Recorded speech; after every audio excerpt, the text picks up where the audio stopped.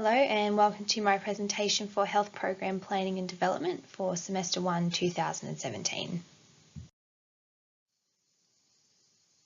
So the AIDS Action Council was where I was assigned to do my placement. So the AIDS Action Council has been in the Canberra community since the 1980s, when it was simply a small community support group for those population groups who were most affected by the AIDS epidemic. These include groups such as men who have sex with men, haemophiliacs and sex workers. And they continued to support these groups until they began to form their own community organisations. So for instance, Haemophiliac Foundation ACT.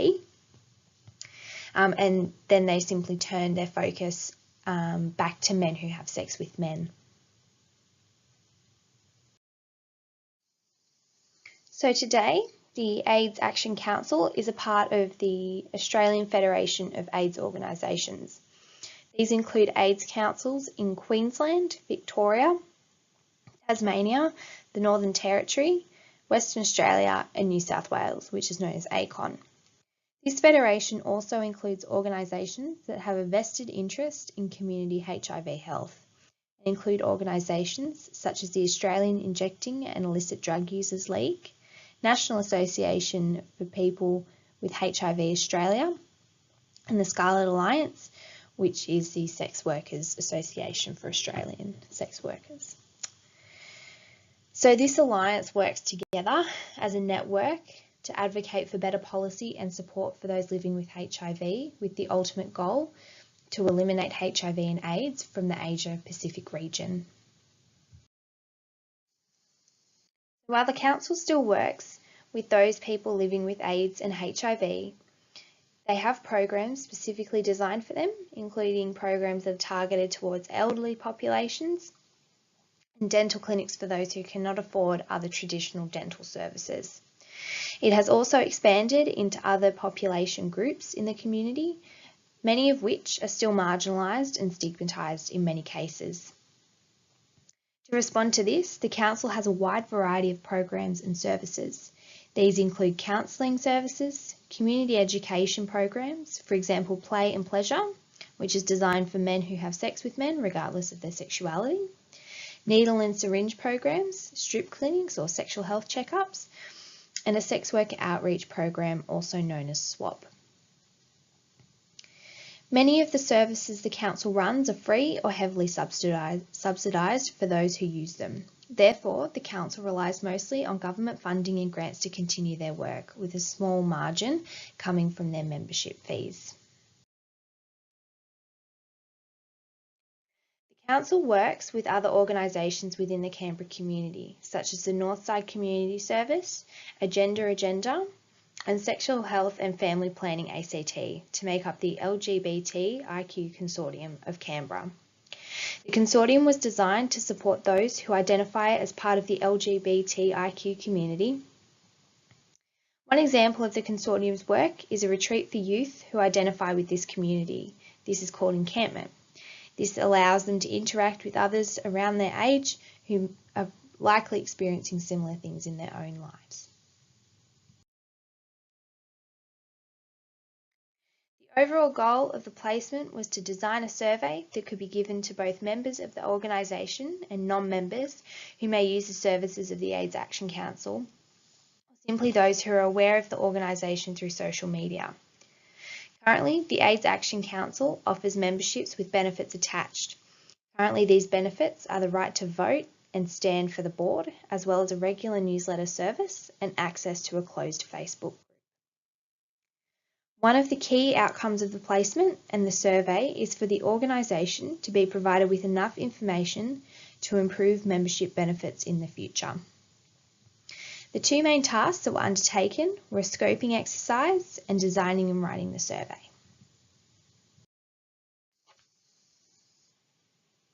The scoping exercise that was undertaken looked at other similar organisations. These included the AIDS Councils of Australia, as well as Hepatitis New South Wales and Hepatitis Victoria. Overall, 13 organisations were compared against the AIDS Action Council. Areas that were compared included the target groups for each organisation, what benefits each organisation offered their members, how much annual memberships cost, and how many members each organisation had. Using each organisation's website and most recent annual report, most of this information was found.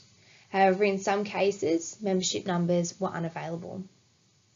One of the intended outcomes of the placement was to implement a survey in the most effective way possible. It was hoped that through the scoping task, other similar examples of membership surveys would be provided, however none were available. One of the resources provided to us was the draft membership strategy for 2017-2018 with a number of goals outlined. The draft also highlighted the number of followers across several social media websites, including Facebook and Instagram. The importance of this will be discussed further on. After the scoping, it was determined that the survey should be built via an online survey platform. SurveyMonkey was chosen as the council already had a pre-existing account. This meant it would be the ideal choice to build the survey on and implement through. It was important that the survey was as economical and financially viable as possible and to make use of the resources the council already had. One of the key challenges of designing the survey was to include questions that were relevant to both groups and did not favour either group. To assist in getting the most accurate information possible, a technical tool in SurveyMonkey called Skip Logic was included, as this prevented respondents from answering questions that were not applicable to them. As the services that are provided by the council are sensitive in nature, it was important that the questions asked did not reveal someone's status, for example, as HIV positive. It was also necessary that the survey remained as confidential as possible, with the only demographic question being asked was the age group of the respondent.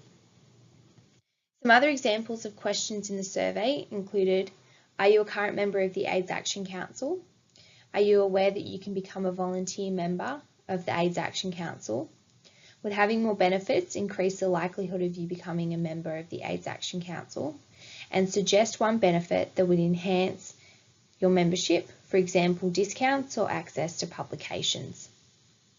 The Northern Territory AIDS and Hepatitis Council provides a VIP membership to a local nightclub, which it partners with to implement other programs. The AIDS Action Council hosts programs in Cube, a local nightclub here in Canberra, so the possibility of adding such an option to membership benefits is entirely conceivable and may attract more members. To keep the survey short and to maintain the respondents' focus and hopefully decrease dropout rates, approximately 15 questions were written, with several eliminated through the drafting process. In one case, questions were added to the survey to gain further insight into how members and non-members want to connect with the council. This was added for the benefit of the communications officer and will hopefully assist her in future communications. There were several key outcomes for the placement. It is the intention that by undertaking this placement, the AIDS Action Council will have a starting point to implement their membership strategy for 2017. The membership strategy outlines 3 stages. The outcome of our placement falls under Stage 1, and the outcomes are cited as determining the level of satisfaction with the council as a membership body and understanding how existing and potential members' needs could be better addressed. From these 2 goals, it is hoped that membership numbers will increase across the council. General membership numbers increase by 110%, increase volunteer numbers by approximately 50%, increase youth membership by. It should be noted though that at this stage there are no student members reported, and an increase in corporate members. Currently there are 103 members, however of this, there are 45 lifetime members that do not pay a fee. There were some key outcomes for us as the students, one of which was to be immersed in a workplace and interact with members of staff as if we were members of staff as well. This included sitting in on staff meetings, which enabled me to understand the issues that faced each employee as well as their own individual tasks within the organisation. I was also able to sit in on a domestic violence forum where members of staff were able to share their experiences, both in their own lives as well as through their work.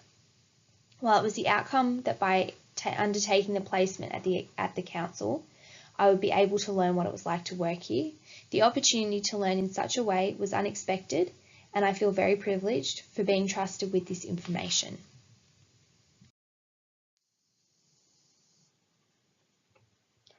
My placement at the AIDS Action Council, I believe, was a learning experience for both parties, myself and the workplace.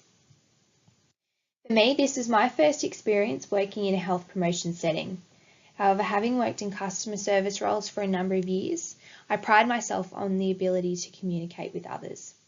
Coming into the council, I was nervous to begin with, which meant that I was potentially more reserved than I usually would be. While this did not affect the completion of the placement tasks, it might have allowed us to have access to more information or resources had we spoken up. This is a skill that I will no doubt need to continue to work on throughout my career. Another skill that I will need to work on in the future is cultural competency. Before I started, I believed that cultural competency was primarily applicable to ethnic and religious backgrounds. After doing my placement at the council, I have realised that gender and sexual diversity are cultures in their own right, and that I need to be aware of differences within these groups. Within these groups, there are many words and phrases that are unique, and was something that I learned through conversations in the workplace. I believe that I also need to become aware of the hardships that face many people that are not spoken about, for instance, during the domestic violence forum. While these were at times confronting, it is something that I must be prepared for as a future health worker, regardless of the workplace.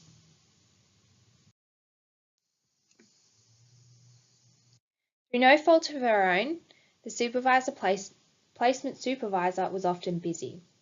This presented a challenge trying to liaise with her at times. However, in spite of this, I was never without work to do, nor was I ever unable to complete work that was required of me. Sue and Philippa, the executive director, were the members of staff that were aware of what was required of Maddie and I.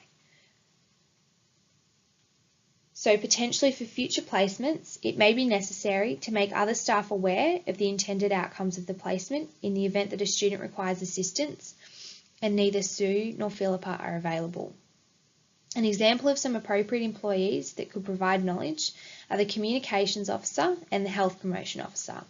Unfortunately for Maddie and I, the Health Promotion Officer was not at the workplace during our placement. Initially, it was agreed that most of the work would be undertaken at the council headquarters, with some work to be completed outside the workplace. Almost all of the hours were completed at the workplace. This made completing tasks easier, and it also enabled employees to speak to us if they needed to. For instance, the Communications Officer wanted to use a survey to determine how popular the newsletter was, or if there was another way members would prefer to receive it. This was a positive experience of the placement and indicated that the work of the placement was valued and recognised by the rest of the organisation. On reflection, it is possible that us as placement students could have been given more work or tasks.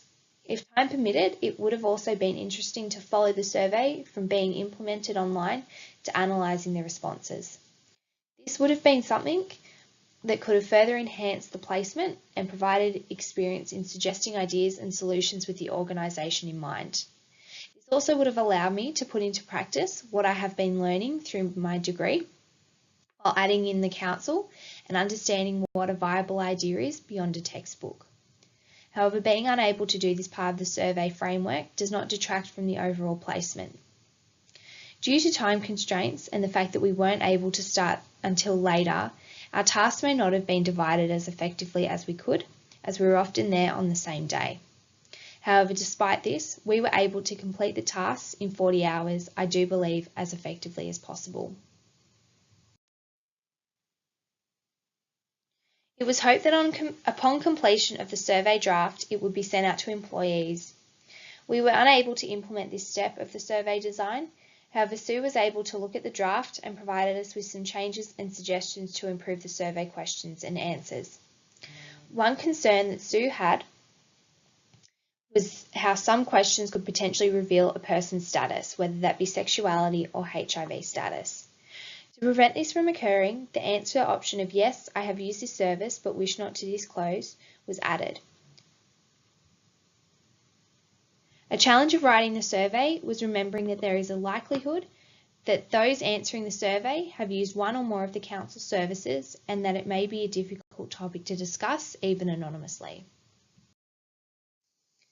From the resources that were provided and the scoping exercise, it was suggested by Maddie and I that the survey be implemented through social media channels, as there is a considerable amount of followers, especially on Facebook, where there are 1,099 followers.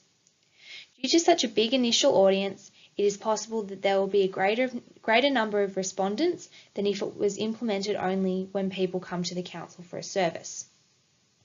It was also suggested that the survey be promoted in the member newsletter before implementing it so that members are aware of what's to come.